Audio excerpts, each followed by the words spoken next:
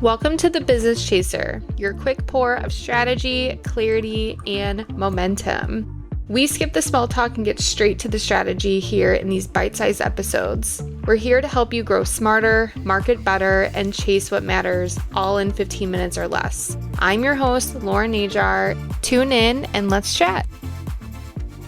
Hello, everybody. It is Jacquelynn Pilcher. I know the last time I was here with Lauren, my name was Cotton.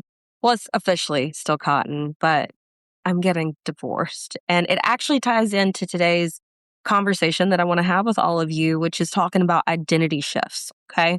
Now, when you listened to the prior episode, you got to know a lot of intimate things about me, my childhood. I grew up with neglect, and I called myself a chameleon. Like I had to become a chameleon, right? So, in all of that, in all of the chaos, which I called life, and I know a lot of you can relate to that, I always knew I was different. I always knew that I wanted to have something of my own. I knew I was creative. I knew that I wasn't going to be able to work for the man. We discussed that in the last episode. And so I wanted to have my own thing. So I have a podcast called Just Women Talking Shit, and I absolutely love it. We talk to women around the world. I've had one, maybe two men on the show, but I talk to women much like Lauren, and we really get behind the scenes of what has gotten them to where they are, talking about their childhood, their upbringings, all of the pivotal moments, all the monumental moments that make a person who they are through life experience. So in addition to that, I'm a content strategist. I consider myself a marketing guru. I'm really intuitive. And so I call myself kind of the Jacquelynn of all trades. I can help you, plan your content all the way to building an entire business or helping you scale your business through systems and marketing and just standing out online. So today I want to talk with you briefly about the identity shift that's required to build an authentic brand. I hear all the time, Jacquelynn, like you just ooze authenticity. And I'm like, well, I didn't get here overnight. Okay. I used to hide who I am. I didn't show the quirks. I didn't show the weird. I was very much, remember, a chameleon. And so I want to talk about this because something I've realized over the years is that most people don't actually have a strategy problem whenever it comes to their business. They have an identity problem.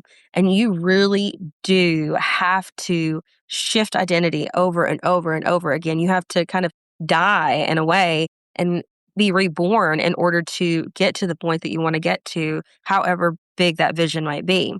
So I say that as someone who, spent most of her life shape shifting to survive. I grew up around a lot of negativity, trauma, unpredictability, emotional chaos. So, like I said, I became a chameleon and I learned how to read the room. I know a lot of you are like, oh my God, that's me too. I read the room, like I read energy, all the things, and you could feel it in your body, right? But I learned to adjust my energy. I learned to stay small.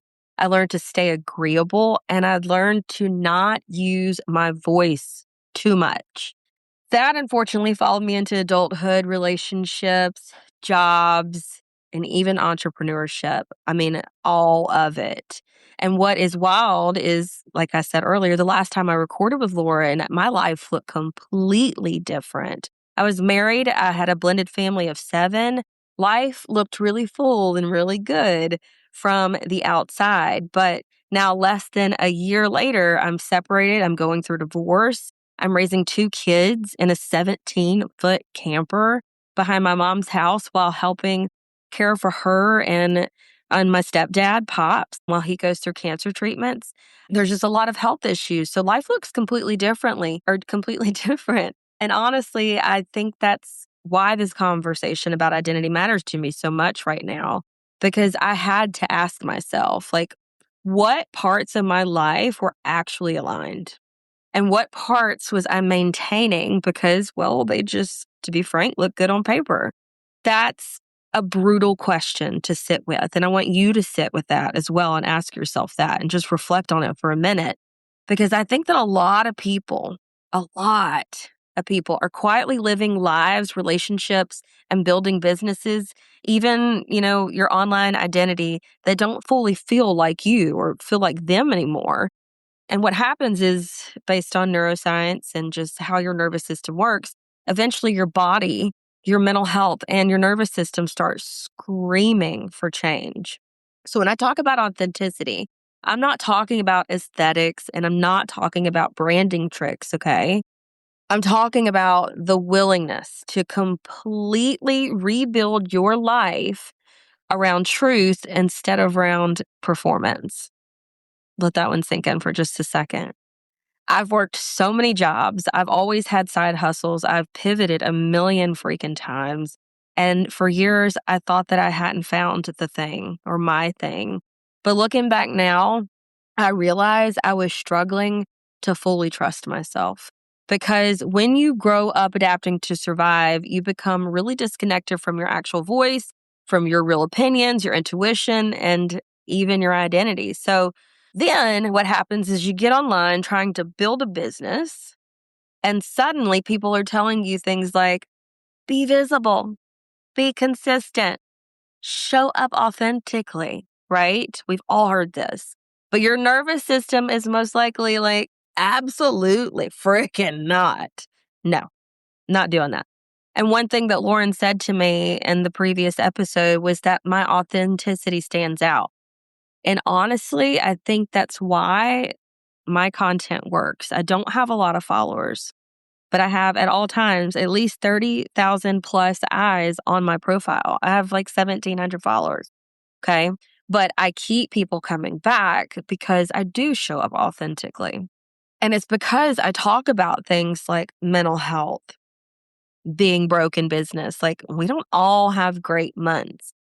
People are only highlighting the good things and they're leaving out the struggle that gets there, right?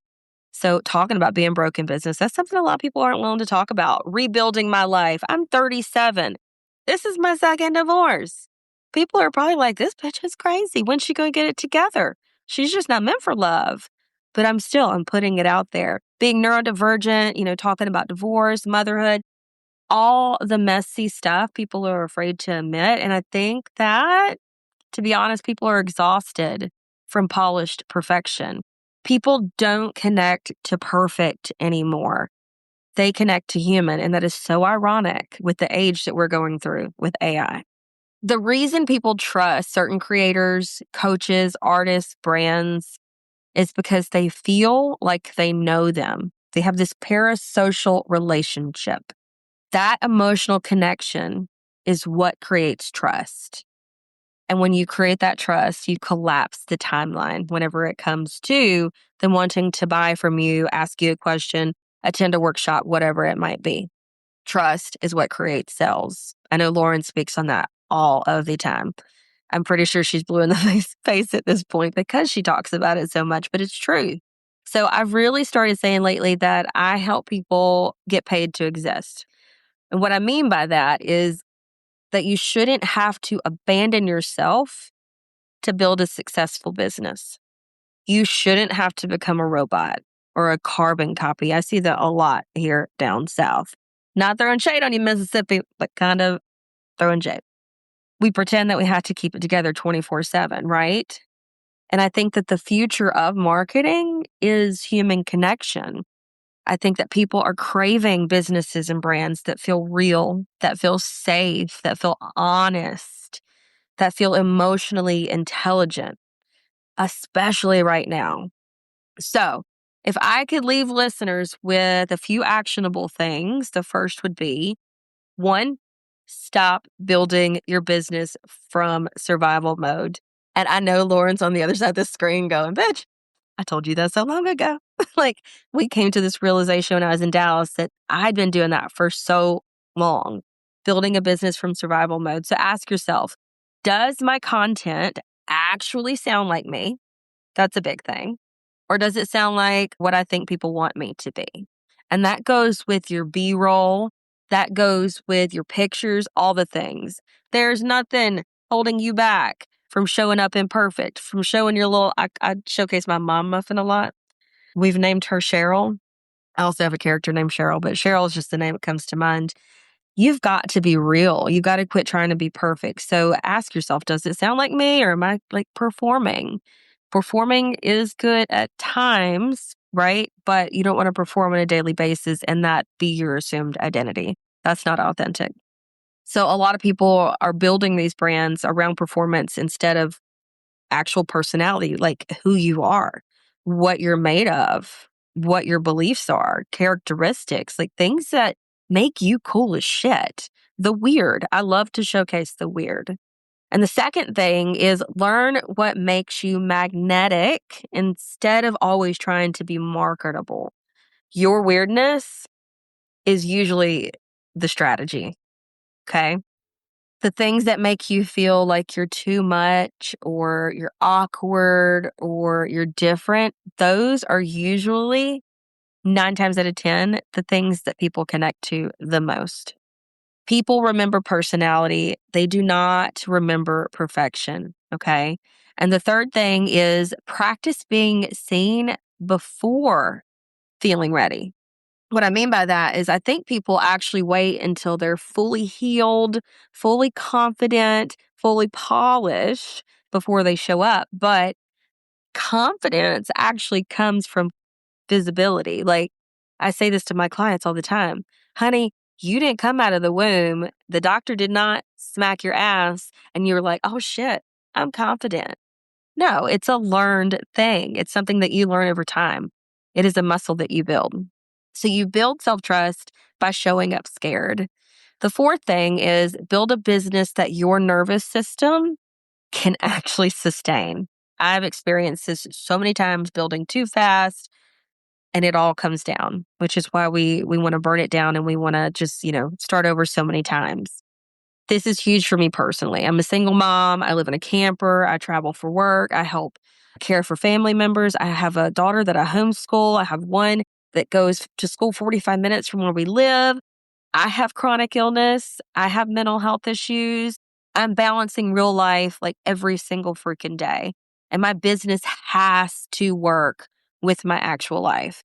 I think people keep burning out because they're trying to copy business models that don't actually fit who they are.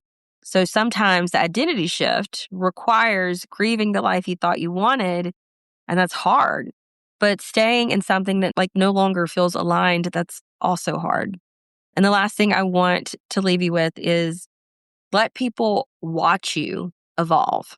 I think one of the most powerful things that you can do online is let people witness your evolution in real time, not pretending that you have it all figured out, not waiting until the story is perfectly tied up and, wrapped with this beautiful bow, just being honest because your evolution gives other people permission to evolve too. And at the end of the day, I think people that really connect with you most deeply aren't looking for perfection. They're looking for permission. They're looking for permission to be themselves, to change, to pivot, to heal, to start over, to take up space. And I think the most powerful thing you can do is to stop building a life or a business around what looks good and to start building something that actually feels true. So, all those questions, really sit with yourself, think about them. And if you're not feeling in alignment, you really do have to take an inventory and figure out how you want to do this because we've all started over a million times. But the trick is to build from a place of truth, to build from a place of trusting yourself, and to build from a strong and steady foundation instead of trying to skip all the steps because, oh, shiny object syndrome, or oh, that person's doing this, or oh, that person's doing that. Let me keep up with the trends. Build something sustainable by staying true to who you are and trusting the process of personal evolution because that next level, as long as you trust and as long as you just go for it and let the universe coordinate how it's going to happen, that next level, that next you always comes with resources. I love you guys and I hope this helped. That's your quick hit of clarity and momentum for the week. If it sparked something, share it with a friend or tag us in your stories at Business Over Cocktails and or at Lauren Najar. We love seeing what resonates. Don't forget, Mondays are for full-length episodes with rich conversations, and Fridays are the Business Chaser episodes These are bite-sized insights pulled from our guests to keep you inspired and aligned throughout the week. Do you have a question or a takeaway? DM us at Business Over Cocktails. We just might feature it in a future episode. Cheers!